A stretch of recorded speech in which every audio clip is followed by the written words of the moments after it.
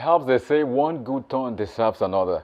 After striking in Sokoto, it seems the United States government has also done another good, maybe for the Nigerian state, particularly this time around. The U.S. delivered military supplies to Nigeria. That was the big story yesterday, just when everything was, winding down yesterday. There was that story, that report that, yes, the United States has delivered military artilleries, weapons, and all of that the United States to the Nigeria, to the Nigerian agency, security agency in the country. It seems like a development. But all of that we check in the papers today. Welcome to this segment of newspaper headlines and analysis where we bring to the fore the breaking stories, the high points, the low points of every story on the newspapers, particularly on the front pages of those newspapers. We have so many to go around today. I have the Nigerian Tribune with me, the Guardian newspaper, and quite a number of them as well. We'll get into some of the stories that are making headlines, are making the rounds across the nation, and maybe if time permits, we'll delve into some other regions of the world. I'm not doing this alone this morning.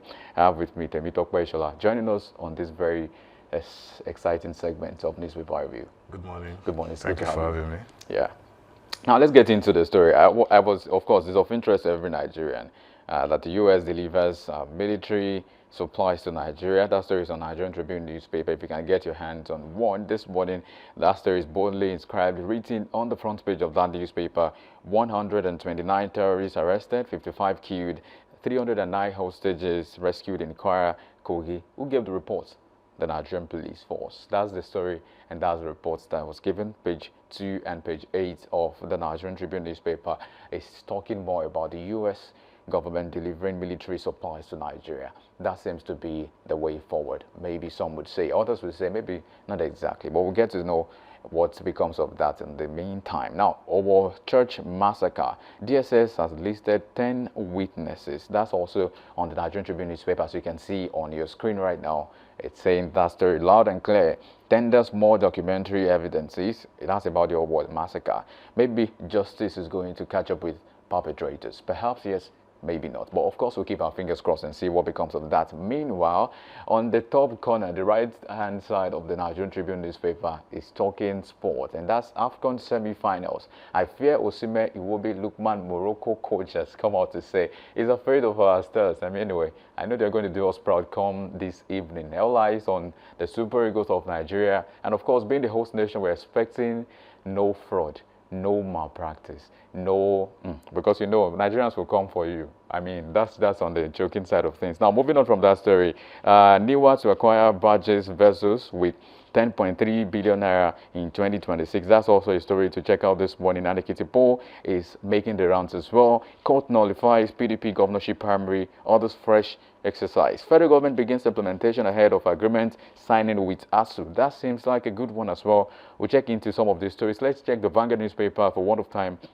The Vanguard is particular about business this morning, and on the front page of Vanguard newspaper, it says Nigeria's oil gas exploration defies federal government efforts, drops 14%. NUPRC counts court investors with 50 oil blocks. That's the story on the front page, the biggest caption on the Vanguard newspaper this morning. Rivers crisis is also there. APC, CSO, others slam Fayose over Fubara's APC status, as you can see on your screen. And talking economy as well, Nigeria to record fastest growth in 2026. That's coming from the World Bank. Some have said, is World Bank actually working for the world or working for some sector of people? But that's even another conspiracy that we might not get into today. But let's get into the stories that is of interest to me. Now, residents flee Sokoto villages as Bello Turji issues new threat. That is also coming. Not a good one right there. Okwebolo, others release of remanded AAU students. We spoke about this yesterday. Perhaps if time permits, we'll also, harp on that a bit to see, we'll lean on that story to see what becomes of that as well. Now, let's get into the conversation this morning. I'll start with the delivery. United States military, Temitope, delivered military supplies to Nigeria. And I saw a lot of people here saying, hey, that's what we want. Not just you sending, ammunition, no, sending strikes, from wherever you're sending it to into the coffers of the states. This might be a good way to go. But how do we go from here? The police is also reporting that 129 terrorists have been arrested. They have killed 55 and 309 hostages have been rescued in Kwara and Kogi. That's coming from the Nigerian police force as well. There seems to be a lot of movement around the military architecture of the country. There seems to be movement much more than we have ever seen before, especially against banditry. What do you make of this? Do you think it's the United States that made this happen, or eventually what's going to happen when it gets to the neck? I think I want to believe that is the attention that the United States have towards this currently is the reason why we are seeing this result. And this is because, and I think, let me put it this way, this is not the first time America is interested in the Nigerian security space. It's just that policy has shifted. Under Biden and the likes, they amplified terrorism in Nigeria because it served some, should I call it, some agenda that they wanted to do. And this is balanced by the statement from the Senate during their review of when they were trying to remove the USAID that indicated that America funded Boko Haram, funded ISWAP and the likes. So definitely, and if you look at that trajectory also during that time frame of Barack Obama, Jonathan requested for arms, requested for I've forgotten the name of the helicopter he asked for, about 5 of them and fighter jets. And Obama's administration shut him down and said no.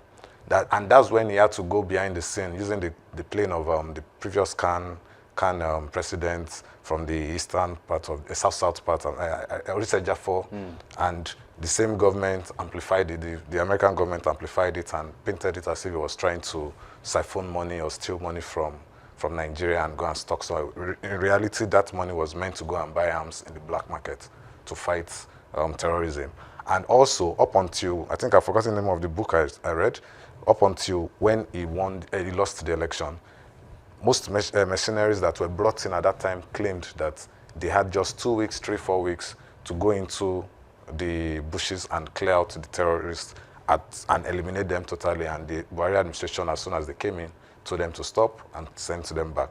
So all of those instances over the last couple of years indicates that the terrorism issues, the banditry issues were not something out of control in its entirety. It was because someone somewhere wanted it to happen and wanted it to remain that way, and the government was complicit. So this time around now, what we have seen with President Trump's approach is to say, there's a new sheriff in town, there's a new shift. I don't want people dying.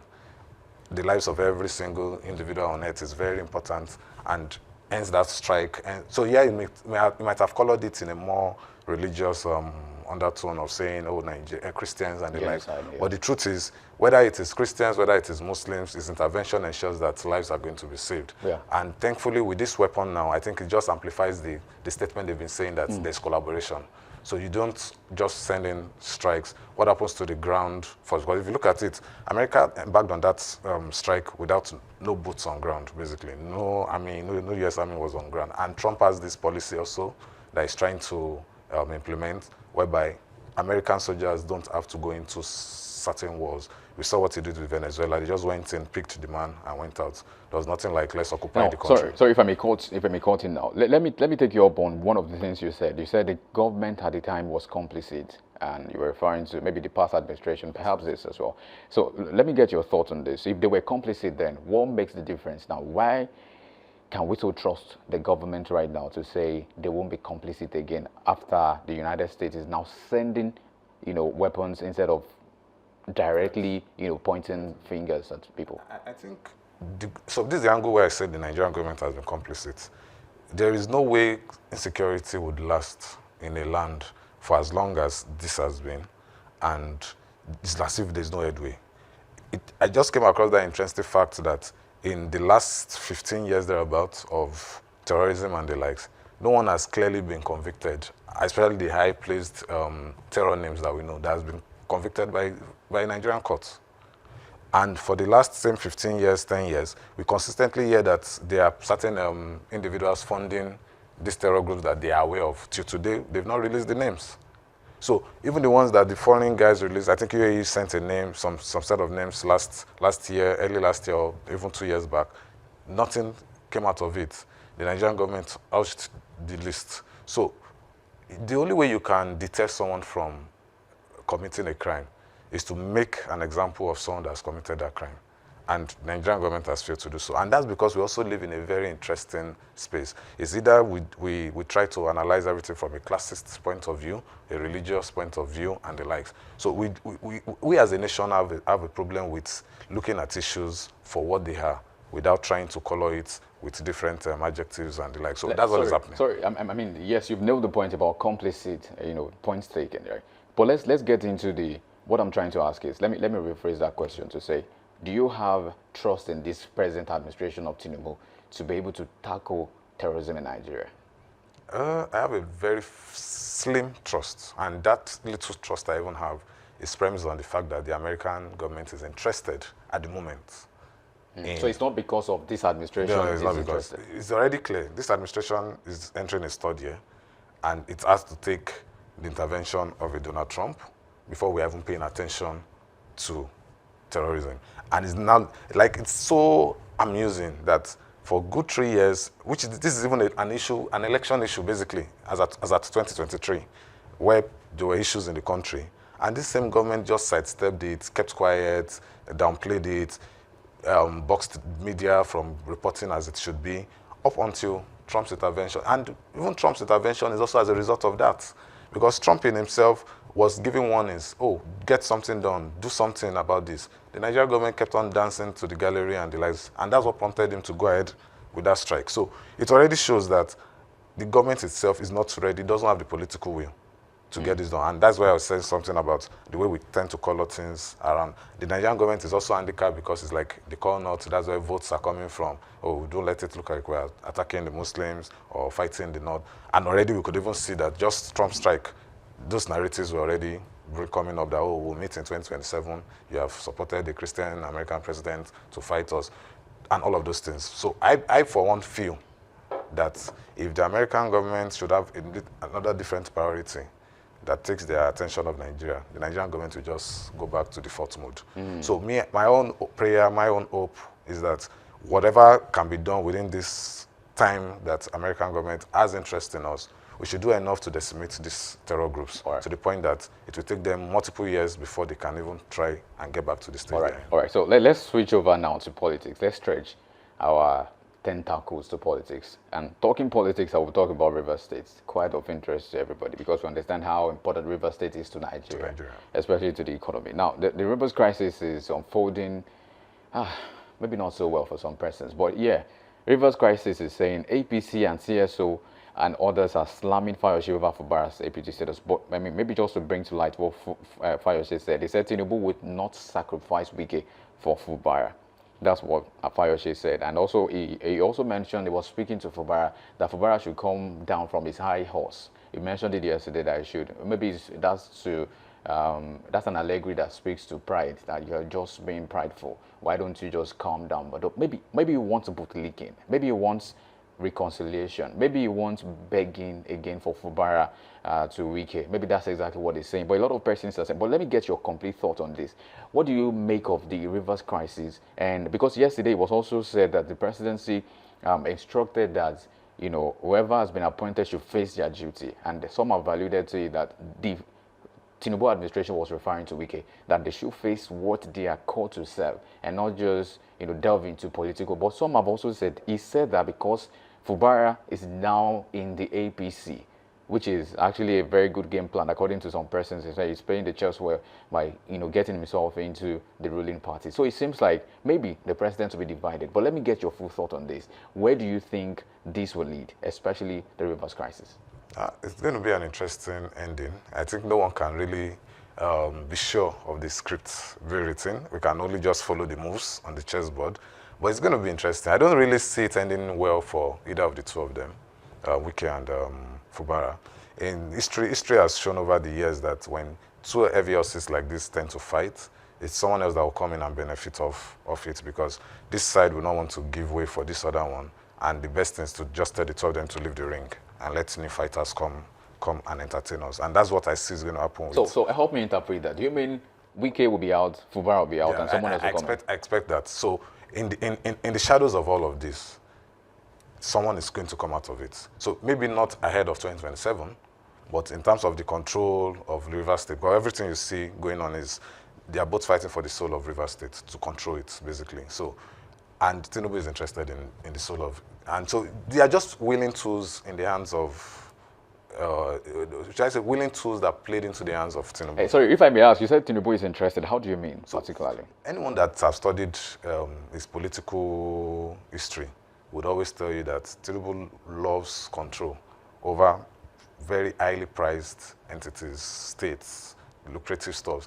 And even as at 2023, I kept on saying it to those who care to listen, that I had little hopes of any change coming out of his presidency, because I grew up in Lagos a little bit under his administration, and I could tell from the narratives around.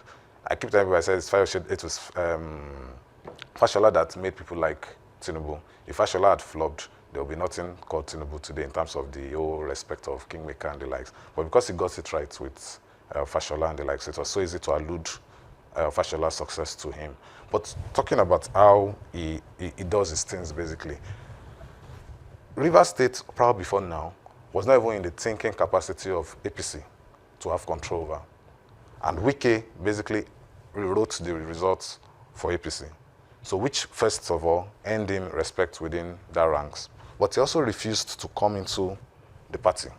So by so doing, Fubara's move into the party already changes the dynamics, because the PDP, the APC with Tinubu as its leader, has a policy whereby the sitting governor is the leader of the party in the state.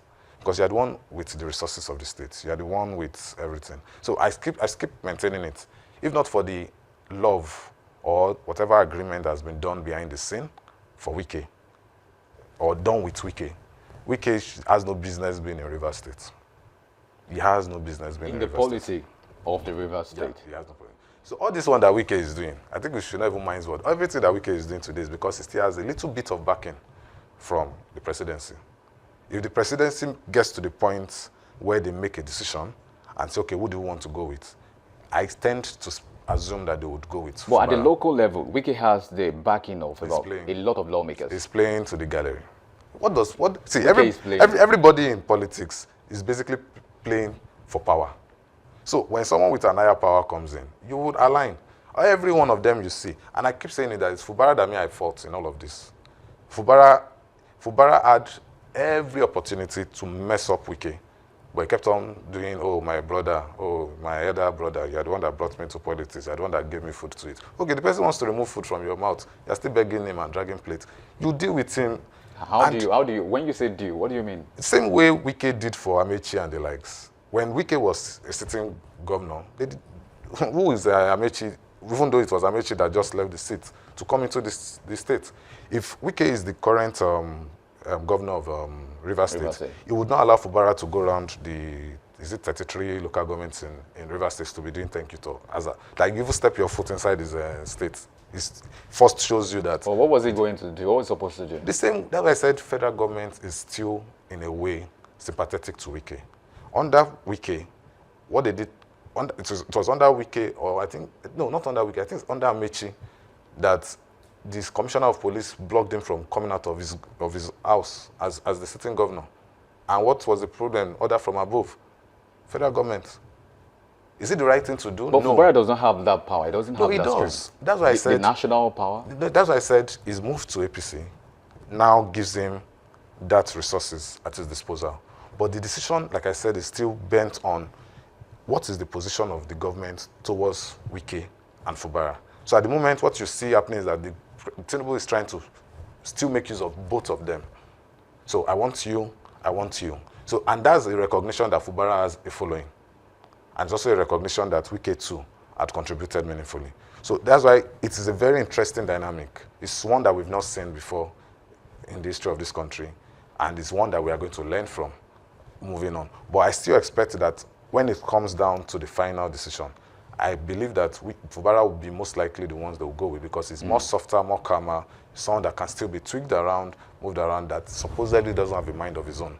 All right. And I feel that that might work. And we can start seeing the moves. First, the National Security Advisor came to pay him a visit. That's Nuru Badu, who is very close to the president. We saw Hope Uzodinma. We saw, I've forgotten the name of the other man, former governor, I think Ogwani or so, Umai. also came in, and there are feelers also within the ranks that the PDP Governors Forum are solidly behind Fubara. So all of these people have strengths and moves to pull behind the scene. And the fact that Wike has refused to join the APC currently undermines his ability to influence things. Okay, so let's drive away for one of time. We're pressed for time, so let's take this story. We'll take two in one, and that's about the NARD, the National Association of Resident Doctors. There's been that issue, discussions, conversations, ultimatum, 14 days, not met again, and we're going on the 2-week strike. Don't go, blah blah blah, back and forth. But this is the story. NARD has rejected again the federal government's NMA job evaluation agreements before collective bargaining. But that's not just the story I want you to harp on as well. There's also another story about education, which is, of course, ASU. The federal government begins implementation ahead of agreement signing with ASU. Some have said it is important for lecturers not to go on strike because the future of the country lies in the youth, especially with the ones that are in school and all of that. Very, very important. We understand that is very important. Cogent, right? We also understand NARD to be a very important aspect and sector of the country. That's the resident doctors. They also need to be taken care of. Now, it seems to be a limbo game for the presidency. Where should they stand, knowing that there's maybe not so much resources to put out, especially to satisfy both parties? But what would you rather the presidency do with regards to NARD and then ASU? What do you think should be the priority? Both. How do you mean? Nigerian government over time has failed to get their priorities right.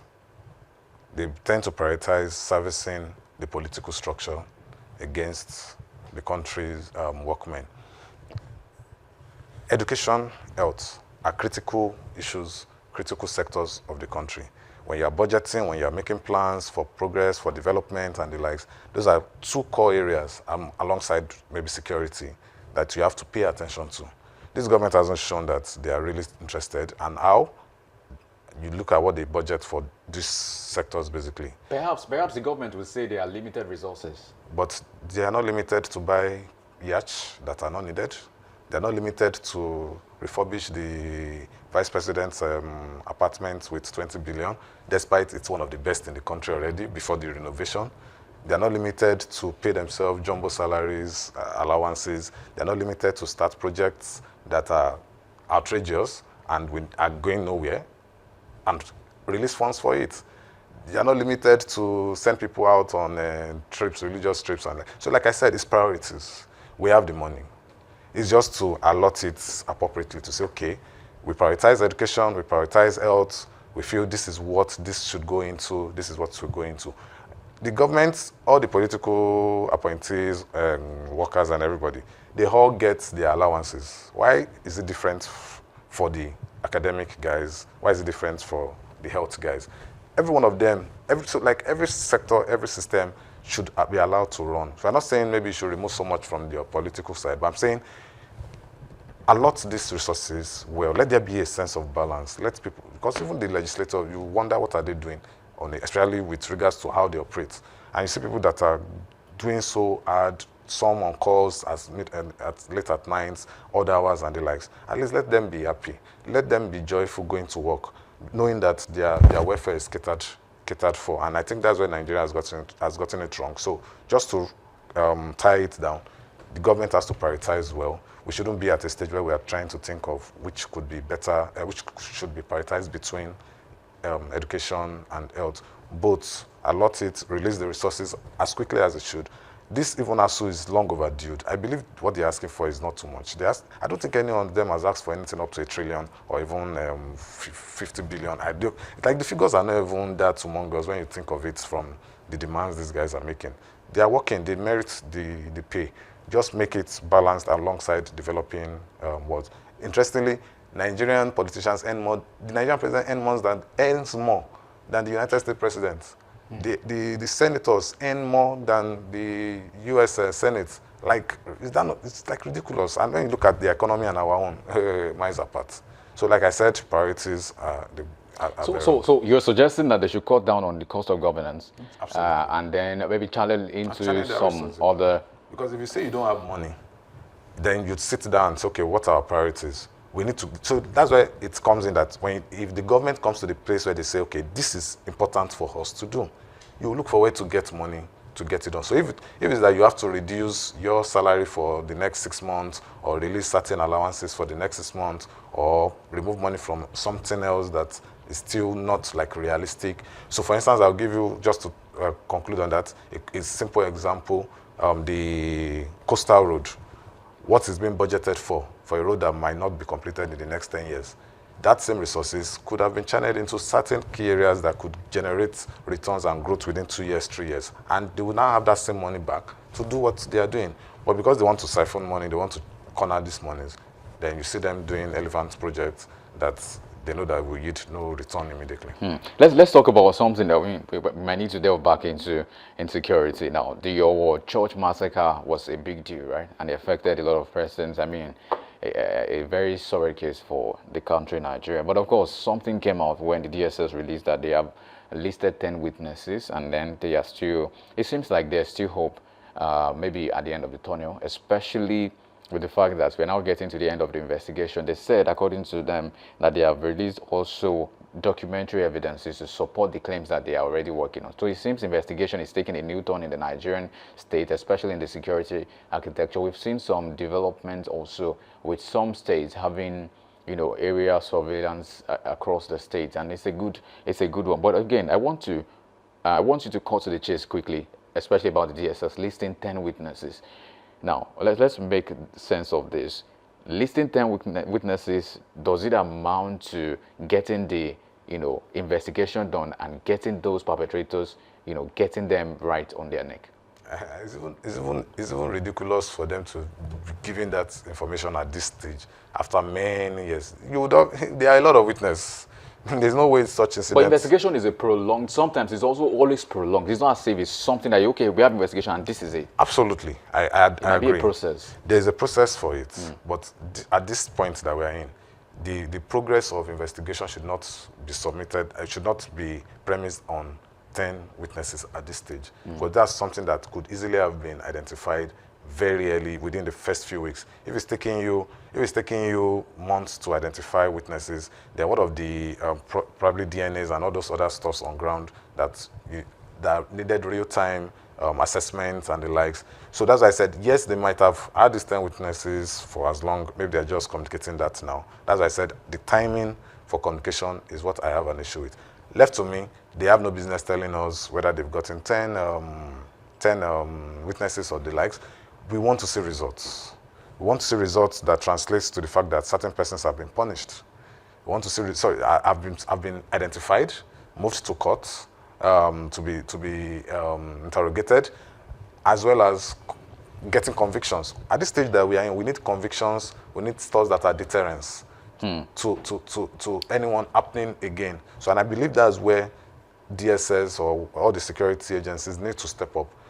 We know that there are crises, we know there's crisis, we know there are perpetrators. What we want to see is, okay, what happens to these perpetrators so that it deters others from coming up. They've made insecurity lucrative, so we need to see how they can de-escalate that narrative by ensuring that they get convictions in court. So that's why, so they shouldn't do like EFCC that will make so many noise. Oh, we caught somebody with 40 billion, and at the end of the day, the person walks free. So you want actions. So we want more actions than beyond Okay, this. so let's take it one step further now. Where do you stand talking tax reform policy?